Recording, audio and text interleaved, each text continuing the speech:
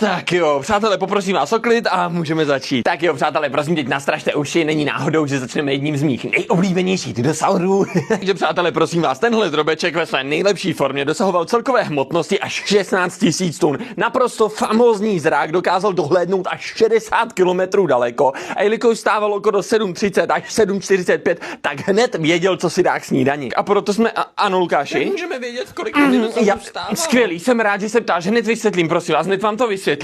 Na základě kostí ze středu těla takového dinosaura jsme schopni určit, kdy takový dinosaurus stával na 120 až 145%. Ano, čili na zadních nohách by byl tento dinosaurus bezpečně schopen překročit pyramidy a byl by tak podobně vysoký jako Eiffelova věž ve Francii. Doufám, že vám to je teďka ano, Lucy? Jak víme, že dohledl Chápu, naprosto relevantní otázka. Když se podíváme na základě kostí tady, chápu, jasně, tahle otázka se naprosto nabízí, zkusím vám to rozebrat tak, aby jsme to pochopili všichni, ano, čili na základě kostí, například tohoto dinosaura, ostatní dinosauři využívali jako dopravní prostředek. Zjednodušeně řečeno k jízdě do školy. Přátelé, jsme schopni například zjistit i to, jakou sílu z kusu takový dinosaurus měl, a to na základě právě čelistních kostí z daného dinosaura. Proto třeba víme, že tento dinosaurus měl sílu z kusu 3 Hyundaiů i30 na milimetr čtvereční. No, jelikož víme, že většina dinosaurů začínala svůj den okolo 7:30, tak právě využívali